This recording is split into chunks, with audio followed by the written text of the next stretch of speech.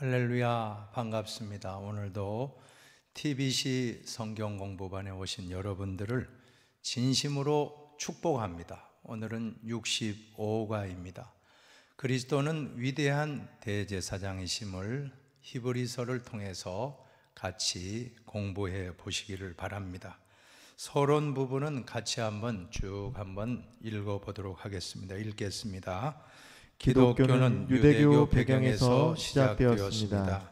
그리스도 예수가 유대인이었고 처음 제자들이 유대인이었으며 유럽에서 시작된 1, 2세기 초대교회 역시도 유대인 디아스포라들을 중심으로 시작되었습니다. 따라서 기독교는 유대인들의 민족 종교인 유대교에서 배태된 종교라 할 수 있습니다. 그러므로 초대교회 교인들 중엔 유대교 출신들이 많았습니다. 그들 중에는 유대교적 기독교를 만들려고 노력한 이들도 있었습니다.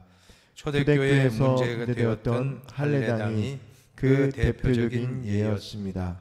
기독교를 유대교 율법의 테두리 안에 묶어두려는 이 같은 일부 유대교적 기독교인들의 시도는 바울을 비롯한 이방인들의 사도들에 의해 반대에 부딪혔습니다. 기독교는 분명 유대교적인 편협한 율법의 굴레를 벗어난 새로운 종교였습니다. 따라서 유대교 출신의 기독교인들에겐 기독교 복음이 율법이나 예언의 파괴가 아닌 완성임을 증거해야 했습니다. 구약에서 진행된 율법과 예언의 역사가 그리스도 예수에게 이르러 완성되었음을 보여주어야 했습니다. 여기에 대한 해답이 히브리서에 나타나 있습니다. 히브리서는 유대교 그리스도인들에게 보낸 익명의 사도 서신으로 구약 전통에 비춰서 그리스도를 위대한 제사장으로서 해석하고 있습니다. 생각을 여는 질문을 보시면 같이 또 읽어봅시다. 그리스도는 하늘 성전의 대제사장이셨습니다. 그러면서 자신을 희생제물로 삼아 온 인류의 죄를 대속해 제사를 드렸습니다. 그리스도의 자기 희생이야말로 하나님의 완전한 용서와 구원을 이룰 유일한 제사였습니다. 그런데 그리스도의 은혜로 구원받았다는 그리스도인들이 얼마나 자기 희생의 사랑을 실천하고 있습니까? 그리스도로 인해 우리에게 연결된 믿음의 전통을 얼마나 고수하고 있습니까? 우리는 참된 믿음의 전통에 충실하고 있습니까? 예수님이 대제사장이신데 당시에 구약의 대제사장들은 어떻게 했습니까? 소나 양이나 염소나 이러한 짐승을 바쳐서 제사를 지냈지만 예수님께서는 스스로가 제물이 되어 희생하심으로 인류의 구원을 이루셨다라고 하는 것입니다.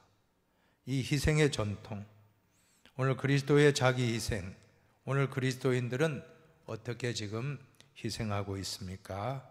한번 묵상하시기를 바랍니다. 이제 용어의 해설로 중보자를 보시기를 바랍니다. 저자는 예수님을 중보자라고 부르고 있습니다. 중보자의 원어는 메시테스입니다. 이 말의 의미는 두 사람 사이에 서서 화해시키는 사람을 뜻합니다. 여러분, 우리가 믿는 그리스도교는 오직 예수님을 통하여 하나님께로 나아가는 종교인 것입니다. 예수님만이 유일한 중보자라고 믿습니다. 그래서 요한복음 14장 6절에 보면 내가 곧 길이요 진리요 생명이니 나로 말미암지 않고는 아버지께로 올 자가 없느니라 말씀하신 것입니다. 중보자. 두 번째로는 언약입니다. 언약이란 말의 원어는 디아데케입니다. 헬라어로 디아데케인데 이 말은 신약 성서에서 하나님과 인간의 관계를 나타낼 때 쓰이는 표현입니다. 디아데케는 순데케와는 좀 다릅니다. 순데케는 좀 다르죠. 순데케는 컨트랙트, 인간 사이의 계약이라고 하면 이 디아데케라고 하는 것은 영어로 번역하면 커비넌트입니다. 커비넌트는 바로 하나님이 하나님이 우리에게 계약을 맺는 것입니다. 순대케는 동등한 관계에서 맺어지는 언약으로 얼마든지 파기될 수 있다라고 하면, 이 디아데케라고 하는 것은 다릅니다.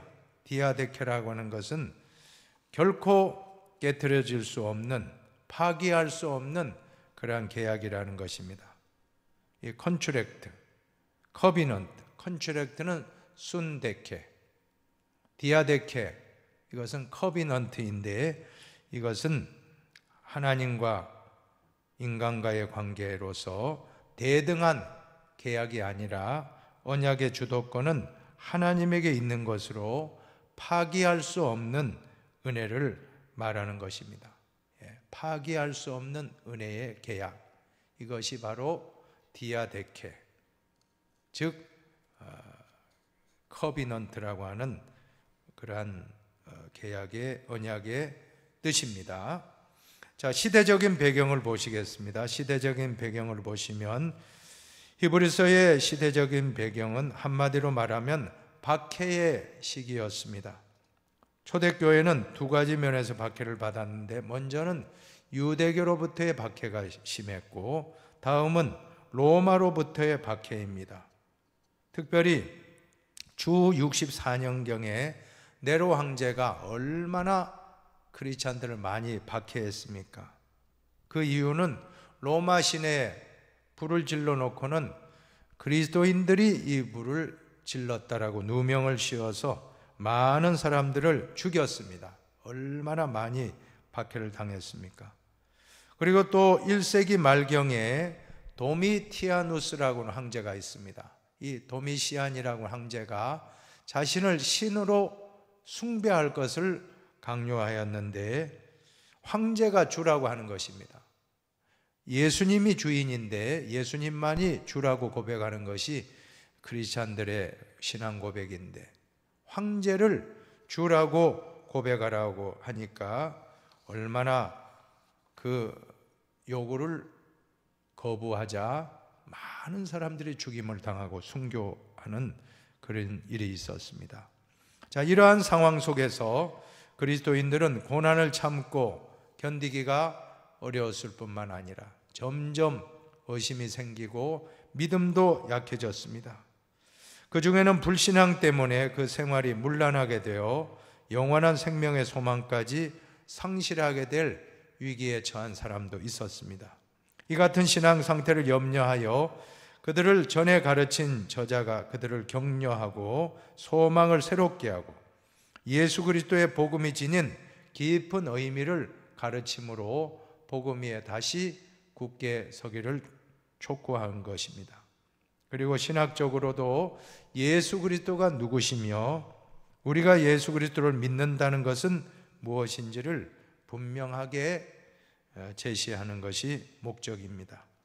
히브리서의 특징을 보시면 히브리서는 신약 성서 중에서 다른 모든 편지와 서식이 매우 다릅니다. 이 편지는 논설로 시작하고 권면으로 전개되다가 마지막에 가서 편지처럼 인사말로 끝나고 있다는 것입니다. 기존의 바울 서신을 본다든지 다른 서신을 보면 보내는 사람 이름, 받는 사람 수신, 발신자 누가 썼다는 것과 받는 사람 누가 이 편지를 받는다라고 밝히고 인사를 하고 시작을 했는데, 히브리서는 그러한 인사말이 생략되고 바로 중요한 논제로 시작을 하고 있다는 특징이 있습니다. 이 편지의 저자는 자신의 이름을 밝히지 않았습니다. 일찍이 교부 오리겐이라고 하는 분은 말하기를 히브리서의 저자는 하나님밖에는 아는 분이 없다라고 이렇게 했다라고 하는 것입니다. 이 편지의 내용과 경향을 보면 저자는 초대교회 누구라고 단정할 수는 없으나 그는 유대인으로서 그리스도인이 된 교양이 풍부하고 유능한 교사였던 것만은 확실합니다. 히브리서의 기록 시기도 대체로 주후 80년경으로 추정하고 있습니다. 이제 말씀의 해석을 보십니다. 첫 번째로 위대한 대제사장이신 그리스도입니다. 먼저 인류의 구원을 위하여 임명된 대제사장. 히브리서의 전체 주제는 대제사장이신 예수님, 대제사장이신 그리스도. 이분은 예언자보다도 우월하다는 것입니다. 또한 천사보다도 우월하신 분입니다. 그리고 세 번째로는 모세보다도 더 우월하신 분입니다. 3장 이하에 보면 모세는 사실 이스라엘 백성들 중에서 얼마나 존경받는 지도자 아닙니까? 그런데 예수님은 유대인들이 가장 존경하는 지도자인 모세보다도 더 우월하시다는 것입니다. 왜 그럴까요? 모세는 하나님의 집에서 종으로 일했지만 예수님은 하나님의 독생자 아들, 외아들, 아들로서 일하셨다라고 하는 것입니다. 여러분 4장을 보십시오. 그러면서 예수님이 큰 대제사장이라고 말씀하십니다. 4장 14절로 15절을 같이 보시겠습니다. 그러므로 우리에게 큰 대제사장이 계시니 승천하시니 곧 하나님의 아들 예수시라. 우리가 믿는 도리를 굳게 잡을지어다. 우리에게 있는 대제사장은 우리의 연약함을 동정하지 못하시리가 아니요 모든 일에 우리와 똑같이 시험을 받으시니로되 죄는 없으시니라. 예수님은 큰 대제사장이심을 말씀하고 있습니다.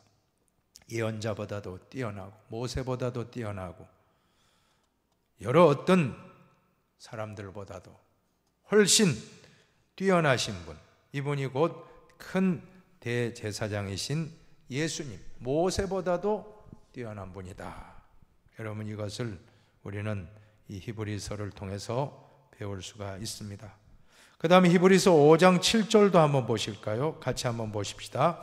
그는 육체에 계실 때 자기를 죽음에서 능히 구원하실 이에게 심한 통곡과 눈물로 간구와 소원을 올렸고 그의 경건하심으로 말미암아 들으심을 얻었느니라. 예수님의 겟세마네 동산의 기도를 연상케 하는 장면입니다. 여러분 심한 통곡과 눈물을 흘려보셨습니까? 우리가 아무리 힘든 일을 겪었다 할지라도 예수님이 겪으신 고난을 겪은 사람은 없는 줄로 믿습니다. 십자가의 고통, 물과 피를 다 쏟아주시고 그 고난을 다 이겨내신 예수님, 죄 없으신 예수님이 우리를 대신해서 십자가에서 그런 큰 고통을 다 당하셨다라고 하는 것입니다. 여러분, 그분이 바로 인류의 대제사장이신, 가장 큰 대제사장이신 예수님, 짐승의 피로가 아니고 예수님 자신의 피로 우리의 모든 죄를 다 대속해 주셨다는 것입니다. 또 4장 16절도 같이 보십니다.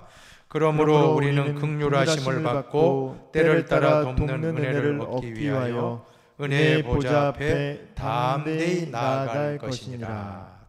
담대히. 이제 우리는 은혜의 보좌로, 예수님을 의지하여 은혜의 보좌로 하나님께로 담대히 나아갈 수 있다는 것입니다. 제사장이라는 라틴어는 폰티펙스입니다. 폰티펙스라는 게 무엇입니까? 다리를 놓는 사람이란 뜻입니다.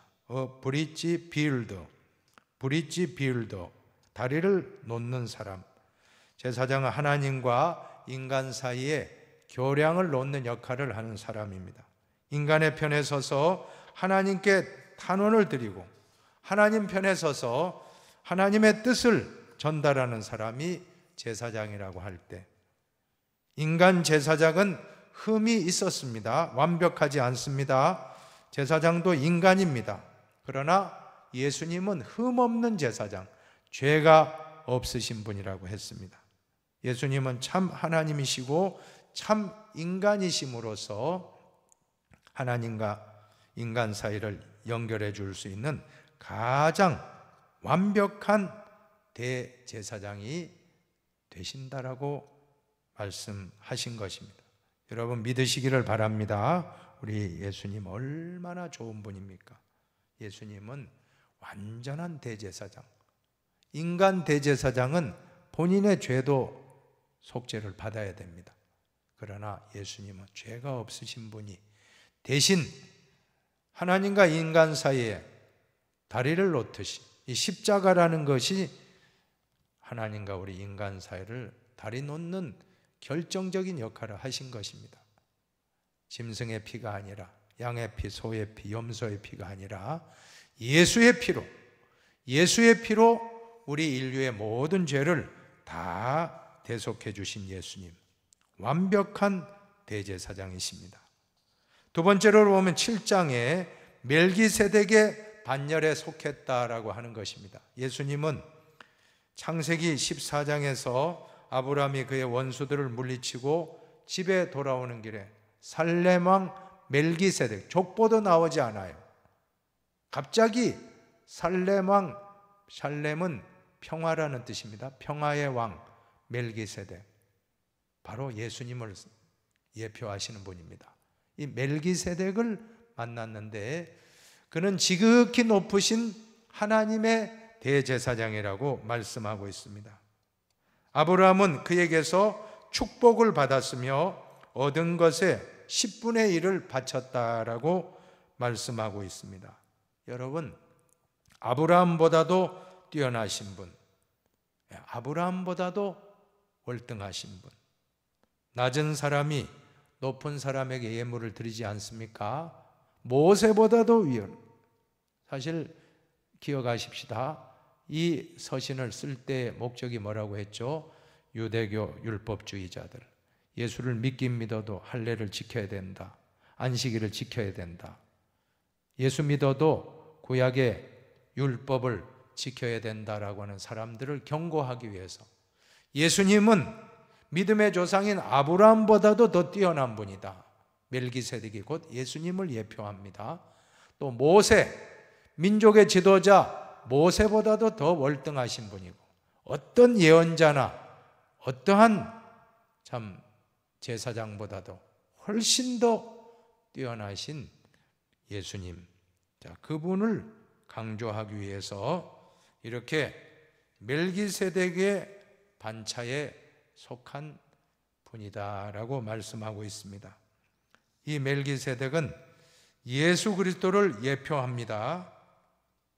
멜기세덱은 아브라함 시대라고 할 때 아론보다도, 보통의 구약의 제사장들은 다 아론 계통 아닙니까? 아론의 자손들이 다 제사장 직분을 맡았는데 훨씬 더 아론이 태어나기 전에 아브라함 때 멜기세덱이 있었고, 이 멜기세덱에게 아브라함이 예물을 바쳤다라고 할 때 훨씬 더 어떠한 제사장보다도 월등하신 제사장, 가장 큰 대제사장이시다.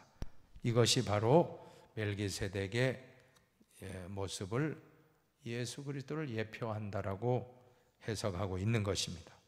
자, 두 번째로 새 계약의 대제사장과 중보자를 보십시오. 대제사장은 1년에 한 차례씩 자신과 백성의 죄를 속죄하기 위해서 지성소에 들어가 하나님께 제사를 드려야 했습니다. 지성소는 대제사장만이 1년에 한 번 들어갑니다. 여러분, 그러나 예수 그리스도는 그러한 대제사장과는 비교도 할 수 없는 하나님의 외아들, 하나님의 멜기세덱의 반차를 따르는 완벽하신 대제사장, 죄가 없으신 분, 우리는 그것을 분명히 믿어야 합니다. 세 번째로 보세요. 그리스도의 희생입니다. 구약시대에는 제사장이 속죄일에 제사를 드리는데 두 가지 특징이 있습니다. 하나는 희생 제사를 드리는 것이고, 다른 하나는 제사장이 지성소에 들어가 백성들로 하여금 하나님 앞에 나아갈 수 있도록 중보자 역할을 한다라고 하는 것입니다. 그런데 구약 시대에는 소나 양이나 염소나 이런 짐승의 피를 가지고 제사를 드렸는데 예수님은 자신의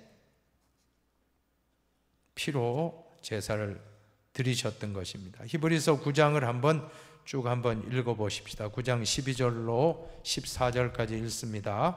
염소와 송아지의 피로 하지 아니하고 오직 자기의 피로 영원한 속죄를 이루사 단번에 성소에 들어가셨느니라. 염소와 황소의 피와 및 암송아지의 죄를 부정한 자에게 뿌려 그 육체를 정결하게 하여 거룩하게 하거든 하물며 영원하신 성령으로 말미암아 흠없는 자기를 하나님께 드린 그리스도의 피가 어찌 너희의 양심을 죽은 행실에서 깨끗하게 하고 살아계신 하나님을 섬기게 하지 못하겠느냐. 짐승의 피로 한 것이 아니라 그리스도 자신의 피로 인류를 구원해 주셨습니다. 세례 요한이 뭐라고 했습니까? 보라, 세상 죄를 지고 가는 하나님의 어린 양이로다. 예수님은 어린 양으로 완전한 구원을 이루기 위하여 죄 없는 하나님의 독생자 외아들이 어린 양으로 오셔서 소와 짐승의 피가 아니라 양의 피가 아니라 예수님 자신의 피로 우리를 깨끗하게 속죄해 주셨다라고 하는 것입니다. 짐승의 피로도 우리의 죄를 사한다고 한다면 하물며 흠없는 예수 그리스도의 피가 어찌 우리 인류를 구원하지 못하겠느냐 하는 주제가 바로 히브리서 9장에 잘 나타나고 있습니다. 오늘 본문에 보시면 단번에 9장에 보면 단번에 들어가셨다. 성소에 들어가셨다. 단번입니다. 두 번 할 것도 없습니다. 오직 한 번으로 족하다는 것입니다.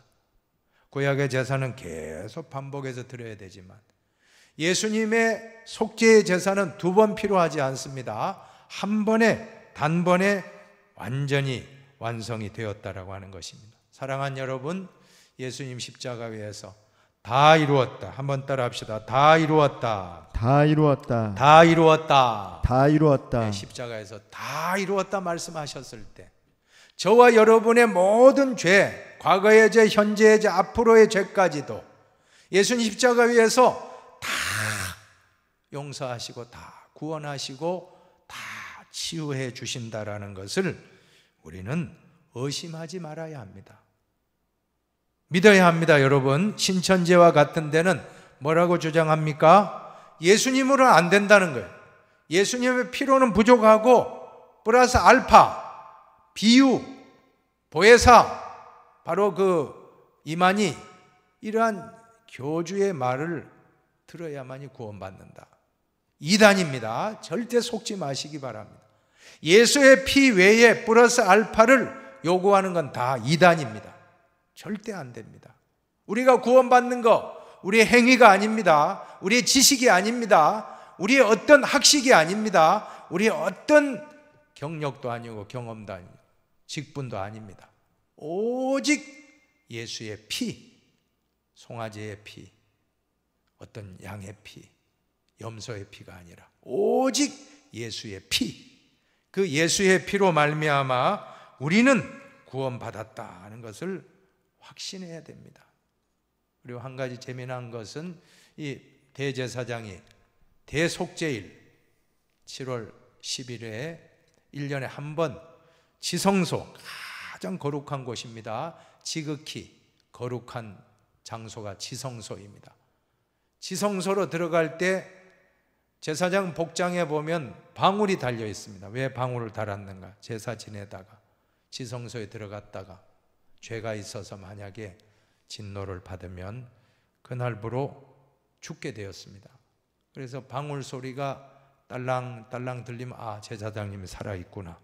방울 소리가 들리지 않으면 큰일 났구나. 제사장이 잘못됐구나 하는 걸 알리는 그런 용도가 있었다라고 하는 것입니다. 얼마나 참 사랑하는 여러분, 우리는 두렵고 떨림으로 어떻게 우리가 지성소 들어가면 대제사장도 방울 달고 죽을지 모르고 목숨 걸고 들어가는데 지성소로. 그러나 우리는 예수의 피로 지성소 가장 깊은 곳까지 우리는 들어갈 수 있는 담력을 얻었다라고 하는 것입니다. 그 말씀이 바로 10장 19절이에요. 10장 19절 한번 구약의 배경, 지성소에 들어갈 때 제사장의 심정이 어떠했으며 방울 소리가 딸랑딸랑 나는 그런 생각을 하면서 한번 읽어보시기 바랍니다. 한번 같이 한번 읽어봅시다. 그러므로 형제들아 우리가 예수의 피를 힘입어 성소에 들어갈 담력을 얻었나니. 우리는 예수의 피, 예수의 피로 우리는 담대하게 이제는 지성소로 들어갈 수 있어요. 여러분, 우리는 누구나 들어갈 수 있습니다. 예수의 피 의지하여. 짐승의 피로는 안 됩니다. 그러나 예수의 피로는 들어갈 수 있습니다. 예수의 피로는 우리는 가장 하나님과의 깊은 교제할 수 있습니다. 찬송을 부를 때에도 보혈 찬송을 부르시기 바랍니다. 보혈 찬송을 많이 부르면 하나님께로 거룩한 보좌로 들어가는 것을 느끼는 것입니다. 예수의 피. 이것은 우리에게는 가장 큰 축복입니다. 또 그리고 히브리서 10장 38절 이하의 말씀도 한번 같이 읽어봅시다. 나의 의인은 믿음으로 말미암아 살리라. 또한 뒤로 물러가면 내 마음이 그를 기뻐하지 아니하리라 하셨느니라.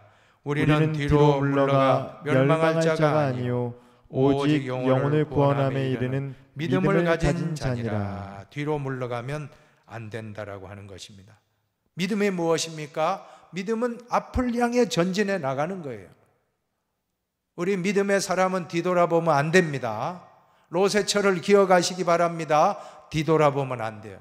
쟁기를 잡은 자가 뒤돌아보면 합당하지 않다고 했습니다. 앞을 향해서 예수님 붙잡고 우리는 믿음을 향하여 앞으로 전진하고 오직 의인은 믿음으로 말미암아 살리라.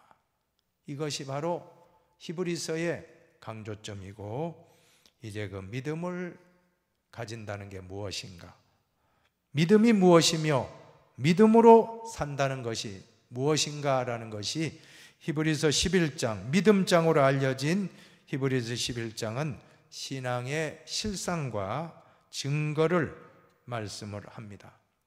다음 자막을 한번 띄워주십시오. 히브리서 11장을 보세요. 믿음장입니다. 믿음의 위인들의 전시장이요, 신앙의 선택이라고, 산맥이라고 할 수가 있습니다. 신앙인의 가장 높은 산맥, 신앙의 산맥. 믿음이라는 말은 추상명사이기 때문에 어떻게 설명하기가 쉽지 않습니다. 그러나 믿음으로 산 사람들을 바라보고 연구해 보면 믿음이 무엇인가, 또 믿음으로 산다는 것이 무엇인가를 알 수 있기 때문에 오늘 그러한 방법으로 히브리 기자는 11장에 전체적으로 믿음으로 산 사람들을 예로 제시하고 있는 것입니다. 여러분, 믿음이란 게 무엇입니까? 히브리서 저자는 믿음이 무엇인지를 히브리서 11장 1절에 말씀하고 있습니다. 믿음은 바라는 것들의 실상이요 보이지 않는 것들의 증거라고 말씀합니다. 실상이란 말은 본질이고 실체입니다. 믿음은 바라는 대로 본질적으로 실체적으로 나타난다. 바라는 것들의 실체다. 여러분, 얼마나 참 믿음의 법칙이 위대합니까? 여러분들이 바라보는 대로 되는 거예요. 예수님이 시몬을 갈대로 바라보지 아니하고 시몬을 뭐라고 불렀습니까? 게바라고 바라본, 게바는 반석입니다. 장차 게바라 하리라. 장차 게바가 된다라고 바라보니까 과연 수제자, 믿음의 반석과 같은 사람으로 변화되었던 것입니다. 긍정적으로 바라보세요. 여러분, 자녀를 바라볼 때 부정적으로 바라보면 안 됩니다. 긍정적으로 바라보고, 배우자의 모습을 볼 때도 부정적으로 바라보면 안 돼요.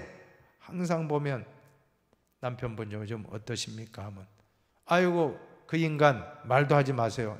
안 돼요. 우리 남편 이제 곧 돌아올 줄로 믿습니다 하고 생각을 해야지. 안 된다고 포기하면 진짜 안 됩니다. 된다라고 생각하고 바라십시오. 바라보는 대로 되는 것이 믿음인 것입니다. 또 보지 못하는 것들의 증거라고 할 때 증거는 내적인 확신입니다. 내적인 확신이에요.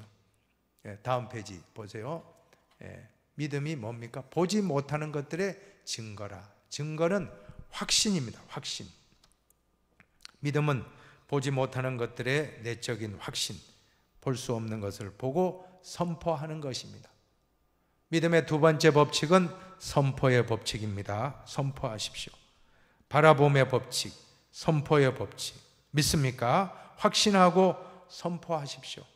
내 병이 나았다. 믿음이 오면 선포하십시오. 나았습니다. 그러나 안 돼. 난 틀렸어 하면 진짜 병이 낫지 않습니다. 남편을 바라보고 이제 우리 남편 믿음 좋은 남편 된다. 믿음이 생길 때 선포하십시오. 그대로 확신을 가지면 그대로 이루어지는 것입니다. 바라봄의 법칙과 선포의 법칙. 안 된다. 안 된다면 안 됩니다. 된다. 된다면 되는 것입니다. 믿음이란 건 참 놀랍습니다. 또 한 가지 더 믿음의 법칙이라고 한 것은 그대로 사는 것입니다. 실천의 법칙입니다. 실천의 법칙. 감나무 밑에서 감 떨어지기를 기다리는 것이 아니라 사닥다리를 올려놓고 감을 따는 것이 믿음입니다. 믿음이라는 게 그냥 철야 기도하고 성적 올려달라고 하는 게 아니에요. 그런 말 있잖아요. 신학교 신학생이 내일 헬라어 시험 치는데 단어 외워야죠. 헬라어 단어를 외워야 될 거 아닙니까? 뭐 형제하면 아델포스, 뭐 사도하면 아포스톨로스, 이렇게 외워야 되거든요. 헬라어 단어를 외울 게 한 가지가 아니에요. 외워야 되는데 그 시간에 하나님 앞에서 목이 쉬도록 뒷산에 올라가서, 신학교 뒷산에 올라가서 죄야 하고 막 시험 잘 치게 해달라고 막 기도했다는 거예요. 그 다음날 시험장에 딱 와보니까 완전히 뭐 깜깜해요. 하나도 아는 단어 뜻도 모르고. 그런데 이 사람이 기도 응답은 받았거든요. 뭐라고 응답 받았습니까? 하나님은 다 아신다 했다. 하나님은. 그래 딱 마지막에 하나님은 다 아십니다 하고 그거 내고 이제 나왔다는 거예요. 교수님이 이제 채점을 하는데 참 난감해요. 맞긴 맞거든요. 하나님은 다 아신다. 맞잖아요. 그래가지고는 지혜가 또 떠오르는 거예요. 하나님이 교수님에게 지혜를 주기를. 뭐라고 했냐면 하나님은 다 아시니 하나님 100점, 학생은 다 모르니 빵점, 이렇게 채점을 했다라고 하는 것입니다.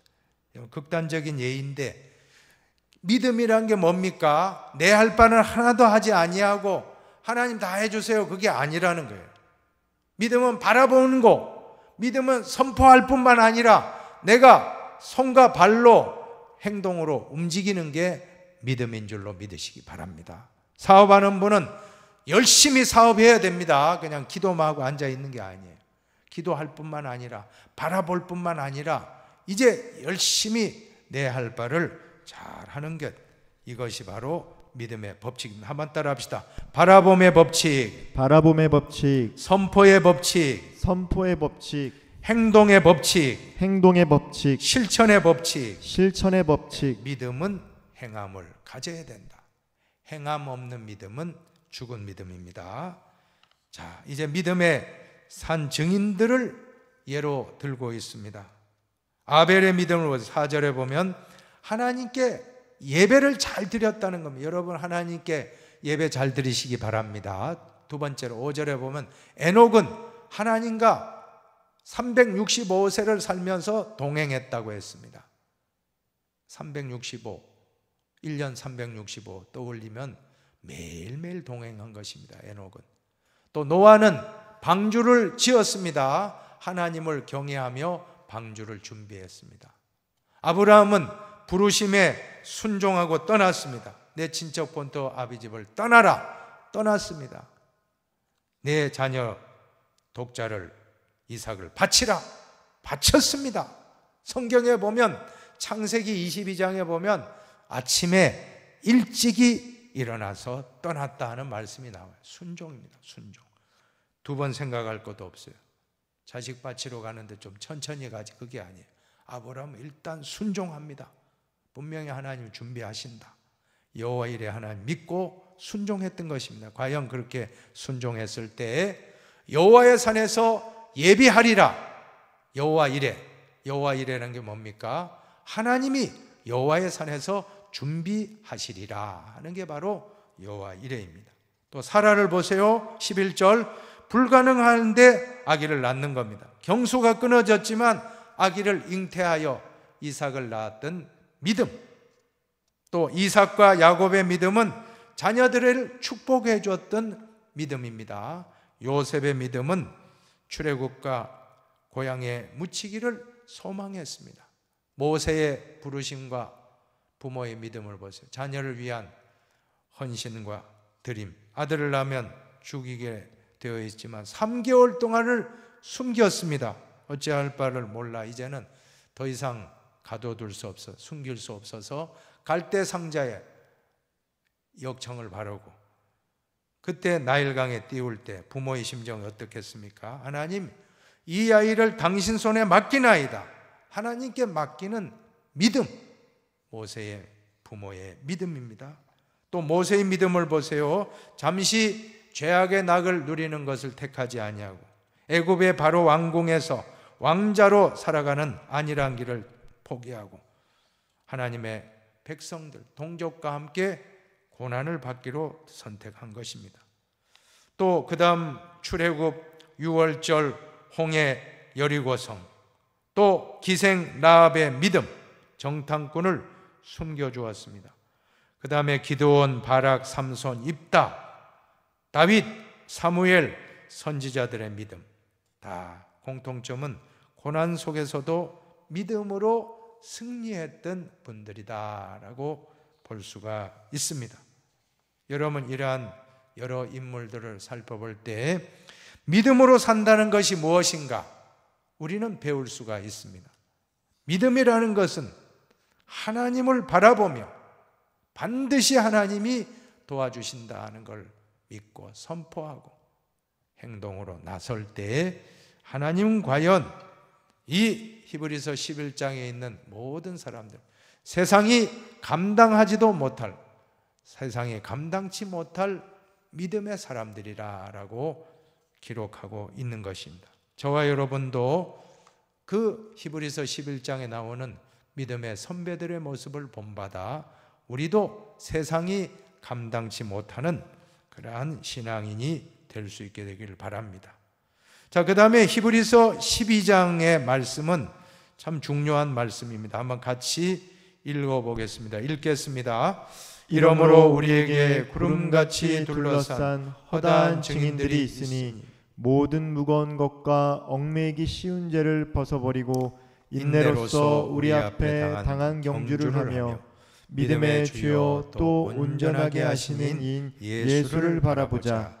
그는 그 앞에 있는 기쁨을 위하여 십자가를 참으사 부끄러움을 개의치 아니하시더니 하나님 보좌 우편에 앉으셨느니라. 여러분, 믿음의 경주자, 아까 11장에 나오는 믿음의 사람들 쭉 살펴봤는데 이제 우리입니다. 그 믿음의 선진들처럼 우리도 믿음의 경주를 달려가기 위해서는 어떻게 하라고요? 먼저 무거운 짐을 벗으라. 죄짐, 무거운 것을 벗어버리라. 얽매이기 쉬운 죄를 벗어버리라. 배낭 메고 마라톤 뛸 수 있습니까? 가볍게, 최대한 가볍게 뛰어야 됩니다. 욕심을 내려놓고. 신앙 경주, 인생 경주에서 우리는 무거운 걸 메고 가면 안 됩니다. 가벼운 마음을 비우십시다. 우리의 모든 욕심도, 안목의 정욕, 이생의 자랑, 육신의 정욕 내려놓고 가벼워야지 잘 달립니다. 그리고 인내, 잘 참읍시다. 그리고 우리가 목표하는 건 뭡니까? 표대는 바로 꼬린 지점입니다. 우리의 꼬린 지점은 믿음의 주요 온전케 하시니 누굽니까? 예수 그리스도. 우리의 목표 지점은 예수 그리스도구나. 예수님을 닮아가는 것입니다. 그리스도의 장성한 분량까지 자라는 것.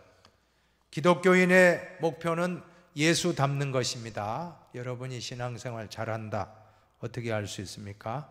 내 모습 속에서 예수의 모습이 나타난다, 예수 냄새가 난다, 그러면 그분은 진짜 크리스찬입니다.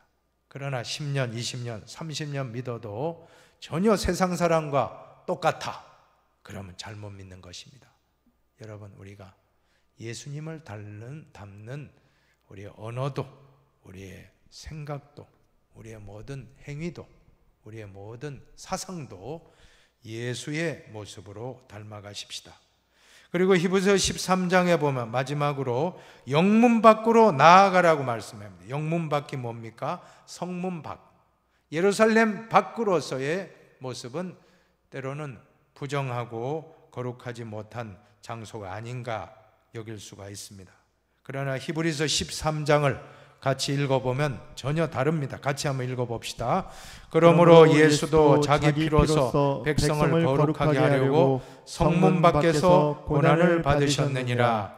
그런즉 우리도 그의 치욕을 짊어지고 영문 밖으로 그에게 나아가자. 우리는 자꾸 성 안으로 우리 여기가 좋사오니 교회 안에서만 우리는 참 성도로서 삶을 살려고 하지만 예수님은 어떻게 했습니까? 영문 밖으로, 성문 밖으로 나가셨다는 것입니다. 우리는 성문 밖으로 나아가야 된다는 것입니다. 성 안에서만 만족하지 말고 성문 밖으로 나아가야 됩니다. 진정한 제사가 무엇입니까? 성문 안에서만 드리는 것이 아니라 성문 밖에서 드리는 것입니다. 진정한 예배는 삶과 연결된 예배입니다. 다음 페이지. 오늘 조금 이렇게 그 다음 넘기세요. 그 다음 페이지 넘기십시오. 예. 진정한 제사는 성문 안이 아니라 성문 밖에서 드리는 것입니다. 진정한 예배는 삶과 연결된 예배입니다. 그래서 어떻게 보면 우리가 교회에서 예배 잘 드리지만 그 예배의 완성은 뭐라고 합니까? 예배 완성, 성문 밖에, 가정에 갔을 때 완성되고, 직장에 갔을 때 완성되고, 사업장, 동네 밖에서, 삶의 현장 속에서 완성된다. 그래서 그런 말을 자주 하잖아요. 예. 예배와 예배자의 삶. 예. 예배와 예배자의 삶. 예배는 잘 드리는데 예배자의 삶은 잘못 드린다 하면 예배는 완성되지 못하고 실패한 예배가 되는 것입니다. 오늘 우리가 예배를 잘 드렸습니다. 그러면 그 예배를 가지고 세상에 나가서 예배자로 살아가는 것, 성문 밖에서의 모습, 이것이 진정한 예배의 완성이다. 우리는 그러한 자세로 삶과 연결된 예배로 완성될 수 있게 되기를 바랍니다. 이제 조금 어려운 이야기인데 그래도 우리가 신학적인 의미를 한 3가지 정도 살펴보려고 합니다. 윌리엄 호던이라는 분은 신개혁 신학이라는 책에서 신앙의 유형을 3가지로 설명한 바가 있습니다. 첫째는 크레덴치아 신앙은 교리, 정보, 가르침을 조건 없이 받아들이고 그것을 신봉하는 신앙입니다. 예, 배운 대로 하는 것입니다. 머리로 알고 이해하는 신앙입니다. 욥을 보세요. 욥이 처음에 고난받을 때 흔들리지 않았습니다. 주시니도 여호와시오 취하시니도 여호와이시니 여호와 이름이 찬송을 받으실지니이다. 얼마나 참 위대한 고백입니까? 그의 아내가 하나님을 욕하고 죽으라고 하였을 때 욥이 뭐라고 하죠? 우리가 하나님께 복을 받았은즉 고난도 받지 않겠는가? 그렇게 말을 했습니다. 참 얼마나 위대한 신앙 고백입니까? 자, 그러나 크레덴치아, 우리가 교리적으로 어떤 교훈을 받은 그 내용을 우리가 달달달 외우면서 사도신경도 우리가 잘 외우잖아요. 주기도문도 우리가 달달달 잘 외웁니다. 그러나 이것이 참 기초가 되긴 되지만 여기에만 머무르면 안 된다는 것입니다. 그 다음 단계는 휘두시아라는 건 뭡니까? 신뢰라는 뜻입니다. 하나님을 믿는다는 말은 하나님을 신뢰한다는 뜻이라는 것입니다. 예, 여기서 신뢰는 결단을 동반하는 것입니다. 욥이 아무리 어려운 일을 만났지만 하나님을 버리지 않았습니다. 떠나지 않았습니다. 하나님을 끝까지 신뢰했습니다. 뭐라고 했습니까? 나의 가는 길을 오직 그가 아시나니 그가 나를 단련하신 후에는 내가 순금같이 되어 나오리라. 순금같이 되어 나오리라. 아무리 어려운 일을 만나도 하나님을 끝까지 신뢰하는 그 신앙의 자세. 아까 그러한 교리적인 가르침뿐 아니고 주님을 신뢰한다는 이 마음. 이것에 또 약점이 있다는 겁니다. 여기서 히두시아는 회개하고 삶을 전환하고 헌신하고 또 순교까지도 하지만 그것을 가능하게 하는 힘은 자칫 인간의 종교심으로부터 오는 것이라는 위험성을 가진다는 것입니다.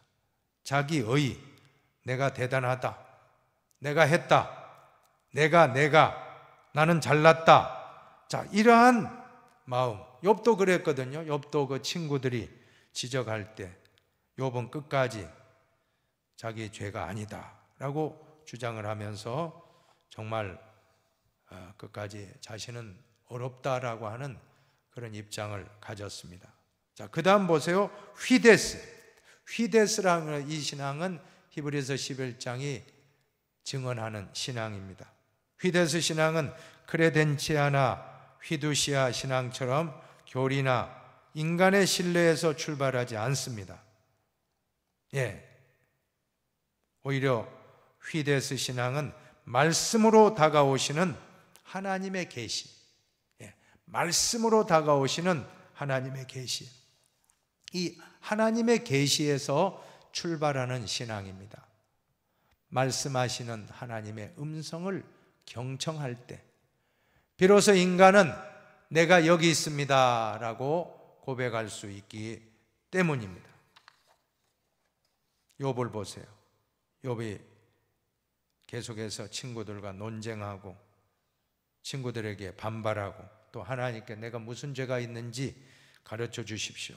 하나님께 질문 던지고 나중에는 또 반항조로 이렇게 하는 경우가 있었습니다. 그러나 욥은 욥기 38장 이후에 보면 하나님이 질문하시거든요. 네가 이런 걸 아느냐? 자연의 이치를 아느냐? 어떻게 동물계에 있었던 이러한 원리를 아느냐 할 때 묵묵부답이에요. 경청합니다. 하나님의 음성을 욥이 들을 수밖에 없다는 것입니다. 그리고 42장 맨 끝부분에 42장 5절과 6절을 같이 한번 보세요. 같이 한번 읽어봅시다. 내가 주께 대하여 귀로 듣기만 하였사오나 이제는 눈으로 주를 배움나이다. 그러므로 내가 스스로 거두어드리고 티끌과 제 가운데에서 회개하나이다. 비로소 하나님 음성을 듣고 회개하나이다. 정화가 이루어진 것입니다. 휘데스 신앙, 하나님의 계시의 말씀, 이 하나님의 계시의 말씀을 잘 경청하고 거기에 응답하는 신앙, 제가 여기에 있습니다.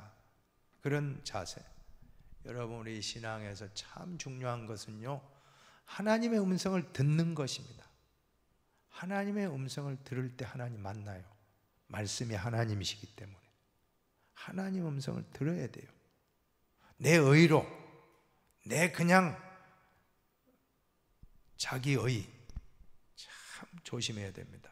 우리는 내 의로 살아가지 말고 하나님의 음성을 들어야 됩니다. 그냥 달달달달 교리적으로 달달달달 외우는 그런 차원이 아니고 사도신경도 그냥 외우지 마시고 그 사도신경의 한 구절 한 구절이 나의 삶 속에서 하나님 음성으로 들려지고 그 말씀이 계시가 들려질 때 우리는 회개할 수밖에 없고 우리는 항상 겸손할 수밖에 없고 내가 아니라 하나님이 하신다.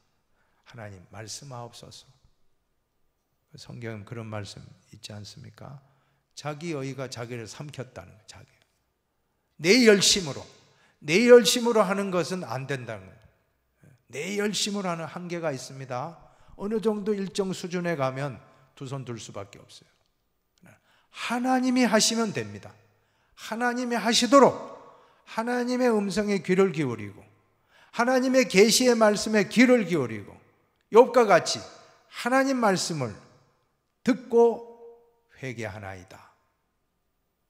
그것이 바로 휘두시아, 우리가 궁극적으로 나아가야 될 신앙의 고백인 줄로 믿습니다. 이제 성찰과 나눔을 읽고 마칩시다. 같이 쭉 한번 읽어봅니다. 교회는 거듭나야 합니다. 거듭나려면 먼저 죽음을 체험해야 합니다. 그리스도의 경우처럼 철저한 자기 희생을 체험해야 합니다. 그러한 체험을 통해 그리스도인의 공동체는 하늘 성전의 모형으로 자기 모습을 갖추어 나갈 수 있을 것입니다.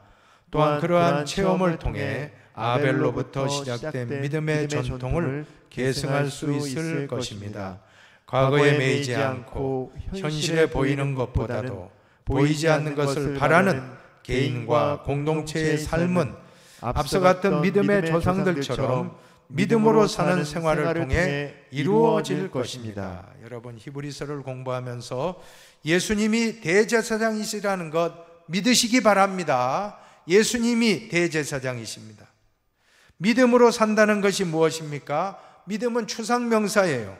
그런데 믿음으로 산 사람들의 구체적인 삶을 우리가 연구해 보면 믿음으로 산다는 것이 무엇인가 배울 수 있다는 것입니다. 믿음은 바라는 것입니다. 여러분이 바라는 대로 이루어져요. 여러분들이 바라보는 대로 이루어집니다. 또한 믿음이 뭡니까? 선포한 대로 여러분이 선포하십시오. 또 믿음이 무엇입니까? 믿음이라는 것은 내가 할 바를 최선을 다하여 실천하는 것입니다. 그것이 우리가 추구해야 될 바른 믿음의 자세인 줄로 믿습니다. 끝까지 신앙의 선제들처럼 선한 삶 다 싸고 달려갈 길 다 달리고 믿음을 지키는 저와 여러분이 되어 하나님 앞에 섰을 때 잘하였도다 착하고 충성된 종아, 그러한 칭찬받는 믿음의 사람이 다 되시기를 주님의 이름으로 축원합니다. 이제 다음 주는 66강입니다. 야고보서, 유다서를 미리 읽어오시기 바라고, 또 66강의 주제는 믿음의 실천이에요. 아까도 제가 믿음의 실천을 강조했는데 이 야고보서 정말 실천을 강조하는 책입니다. 야고보서와 유다서를 읽으면서 또 큰 유익이 있기를 바라고 한 주간 동안에도 승리하시길 바랍니다. 제가 기도하고 마치겠습니다. 하나님 아버지 감사합니다. 오늘 대제사장으로 오신 예수 그리스도를 우리가 믿음의 눈으로 바라보고 우리 인류의 죄를 십자가 위에서 다 이루었다 말씀하실 때 송아지의 피도 아니요 염소의 피도 아니요 어떠한 짐승의 피가 아니라 예수 그리스도의 보혈로 말미암아 우리는 다 죄사함을 얻었고 은혜의 보좌로 지성소로 담대하게 들어갈 수 있게 되었음을 믿습니다. 이제 우리는 그 대제사장이신 예수님을 믿고 믿음으로 살아갔던 믿음의 조상들의 발자취를 따라서 우리도 믿음으로 살아가는 믿음의 사람들 다 되게 하여 주옵소서. 감사하오며 축복하오며 예수님의 이름으로 기도하옵나이다. 아멘.